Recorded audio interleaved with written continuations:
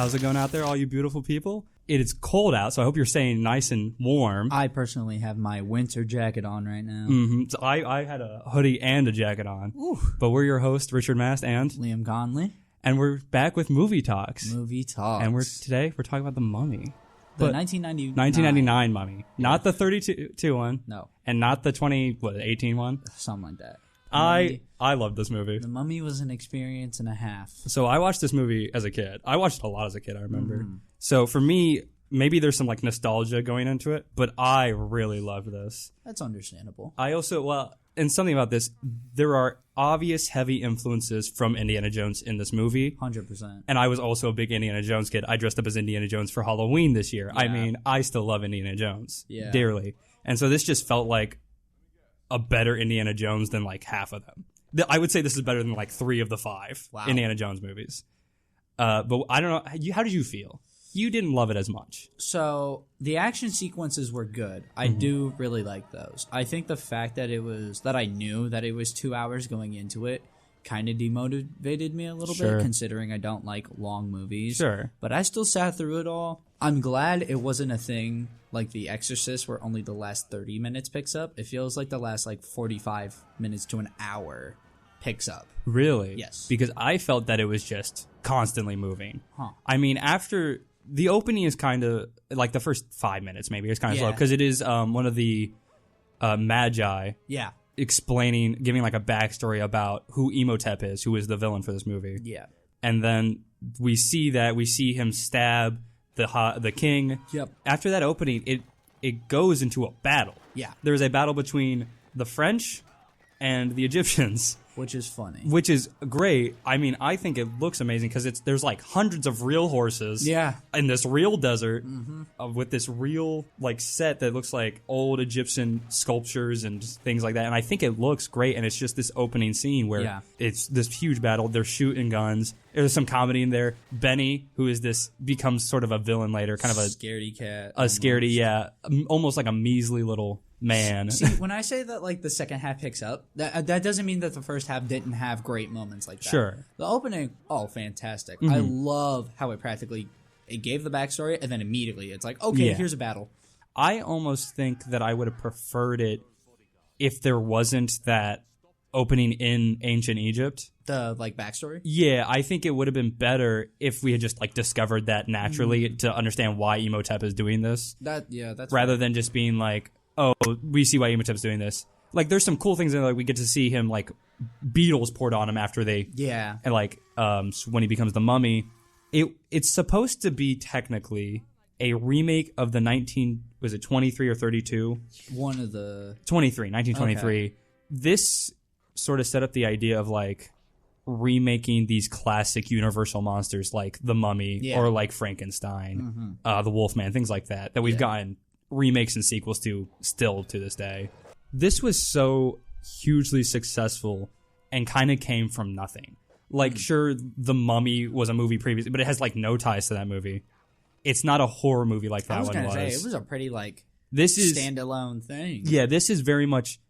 While it was supposed to be initially a horror movie, it was initially going to be a horror movie directed by George Romero, who did a bunch of horror movies in the past, zombie horror movies. And then Stephen Sommers took over, who did G.I. Joe. Okay. He took over, and it twisted to more of this action tone, which I think probably works better. Oh, 100%. And because there were plenty of great action movies, and obviously, like we were talking earlier, it took from Indiana Jones. It sort of already had a blueprint while still being its own thing. Because Indiana Jones, while it has a lot of science fiction elements to it, in the new one, they go back in time. Or in the original, there's the Ark, which is basically just God in a box. Nice.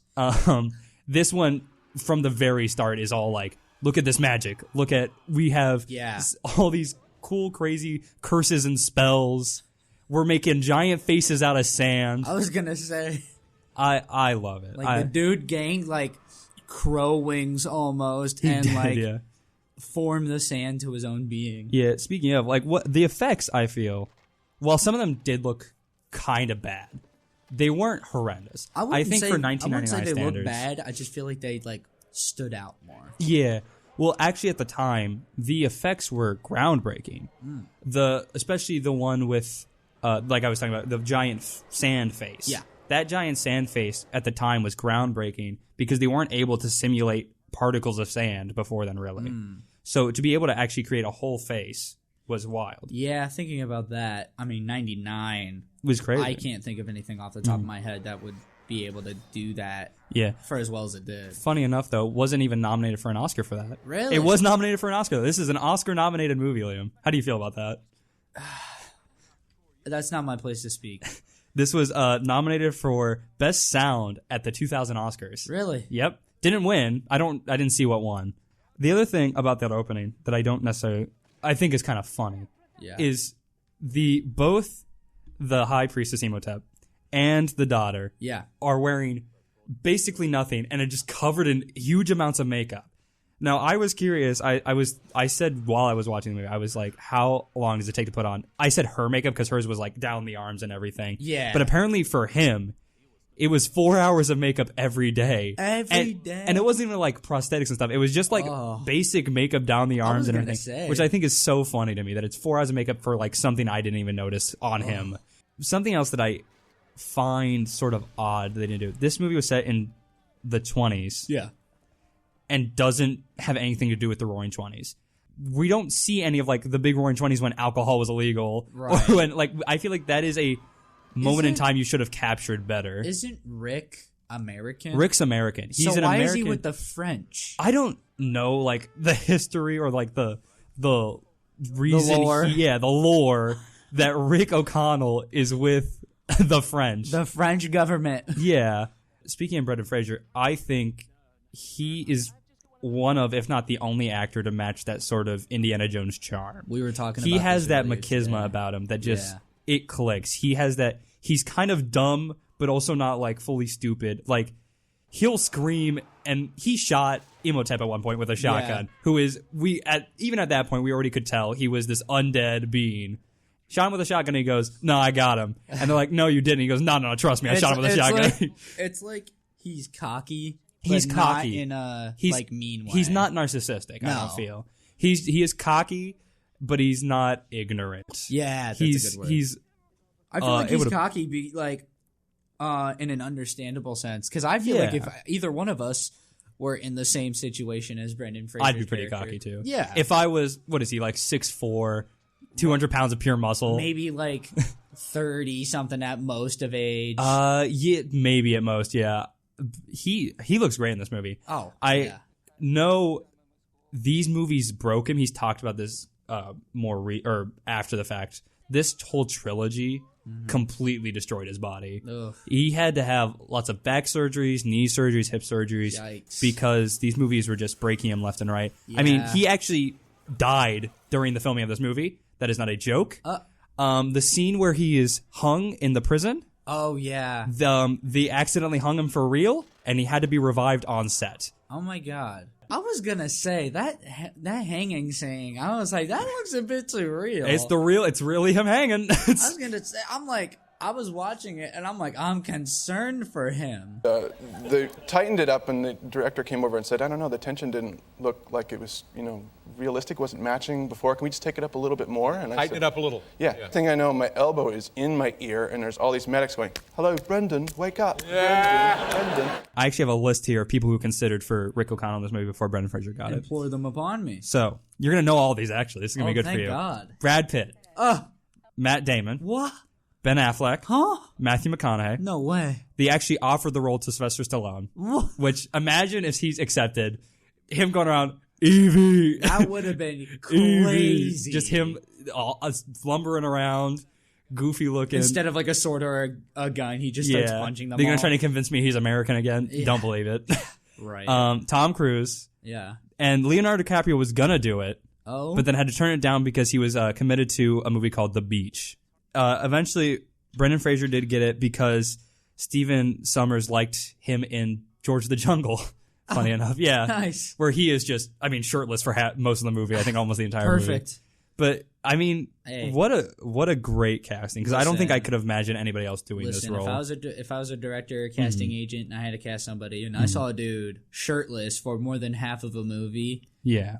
And I was making the Mummy, I'd probably cast him too. I think the casting in this in general is great. Yeah. You got Rachel Weisz as Evelyn, and she's fantastic. She has weird penciled eyebrows. They're very thin. I think that's just a thing. I think it's supposed to be like it's 1920s. Look at her paper thin eyebrows, but they look really odd. I didn't mind it. It really threw me off at first, and then afterwards I didn't care. Yeah. You know what character I really like? Who? Whoever played Jonathan. Jonathan's great. I didn't look up who it was. I don't know why, but the casting for him, like the way he played it, he's great comedy relief. Yeah. Because while the other characters are like Brendan Fraser is funny because he is kind of a himbo at points. Yeah. And Evelyn's funny because she's so smart that she's like not paying attention to what's going on. He's funny just because he's funny. Yeah. He's kind of greedy. He's doing this all for the money, but you gotta love him for it. I mean, his like first line is him showing up at Evelyn's workplace just drunk. And he's like, look at what I've got. Isn't he like in like one of the He's in one caskets? of the coffins. Yeah, he's in one of the coffins. That library scene, I guess that's like one of the first scenes of like two characters talking for a good chunk.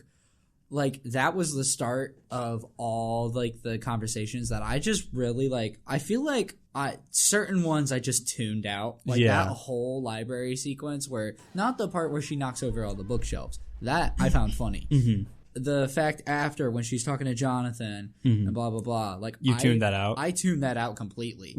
Wow. But I think that this movie still is very good because even with me tuning out you knew what was going on. Conversation. Yeah, I knew what was going on. As soon as they like walked up to Brendan Fraser. Yeah. Sure, they said like what their purpose was, but I could tell it's like, okay, they have one goal. He has another goal. It's very obvious. Yeah. I mean, I like that prison scene a lot. Other than the fact that Brendan Fraser hang. But we see Benny. I really like Benny. We see Benny throughout this whole movie. He's in the opening with Brendan Fraser. He's part of the French army. Yeah. And we immediately see that he's kind of like this squirrely, scared pushover that eventually follows Imhotep just because he doesn't want to mess with him. But I like how even though Benny was betrayed Brendan Fraser not once, not twice, but like several times throughout the movies. Right. Rick O'Connell tried to save Benny at the end. Yeah. Like he still tried to save him. When he couldn't save him, he didn't really give much of a crap. He goes, "Bye, Benny," or whatever, and then runs off. But the fact he did it unconditionally. Yeah. He almost did it just without thought. Yeah. He was like, Benny's in trouble. Let me save him. Yeah, and again, I think this speaks to the fact that Rick O'Connell is just a really well-written character. And he is this fun adventurer who is initially doing this for himself, but then like sort of finds his purpose. I mean, he is fantastic in these movies, and he's iconic. He's a fantastic actor in general. I'm so glad his career has come back. Yeah, since these movies and since everything that's happened to him. Yeah, because he had a lot that was like downhill for him. But he's still just an incredible actor. He seems like a genuine person. Yeah, and I think that also helps because of he lost so much, and now is finally people are seeing him again. Yeah, so he is more genuine than he could have been. Right. But we shouldn't downplay the other actors and actresses in this movie. I mean Rachel Weisz is great in this. She's great in everything though. I don't remember, like we said, what's his name? Not Benjamin. Jonathan? Jonathan, thank you. The one who plays her brother. Yeah. He's fantastic. The guy who plays the Magi is great. He has this really nice stoicism to him. The man who plays Imhotep is great. Yeah. He's speaking actual ancient Egyptian. They got a real Egyptian. Somebody who I don't know like what the translator. Yeah, I don't know what the exact term is, but an Egyptianologist, we'll call him. They got an Egyptianologist on to replicate ancient Egyptian, and have them speak it so it'd be accurate. When he has Evelyn, and he's going to sacrifice her so he can bring back his loved, his love. The mummies around him are all dressed in like these real suits that look really good. But I think it's really funny when Brendan Fraser comes in, Rick O'Connell comes in, and he comes to save Evelyn. They all turn to CGI, and apparently that whole sequence of him swinging the sword around, there's nothing there. Wow. It's just him pretending to hit stuff and stabbing things. About that? Yeah. I was about to say that scene, I don't know why, but it itches my brain. I love it. You love that scene? I love the way that he just moves with the sword and takes them out one by one, and then like the part where he goes to swing the sword overhead and he catches the one's head, and it's amazing, and it's all just him acting against nothing. It looks great. It really does. That is probably, I think that is probably my favorite fight scene in there. Yeah, I mean, I love how he like jumps over the table and everything. It's great. He takes the one mummy with him as he's rolling over the table and like arches it over. No, this movie is just a really good. It's an action movie that, like you said, itches your brain. Yeah, I think that is ultimately what it was going for, and I think it achieves that. Yeah, this movie at the time was hugely successful. Though. Yeah, tell us a little bit about like I'll call it the statistics of the movie. So basically, on a budget of $80 million. Okay. Which is the biggest budget we've talked about so far. I figured. It made $416.4 million, which is wild. It was so successful that Universal, the next day, they called up Stephen Sommers, who's the director, and they go, "We need another one." That's all they said. Wow. And then the next one, I think, came out 2 years later. Wow. He started working on a script. They filmed it.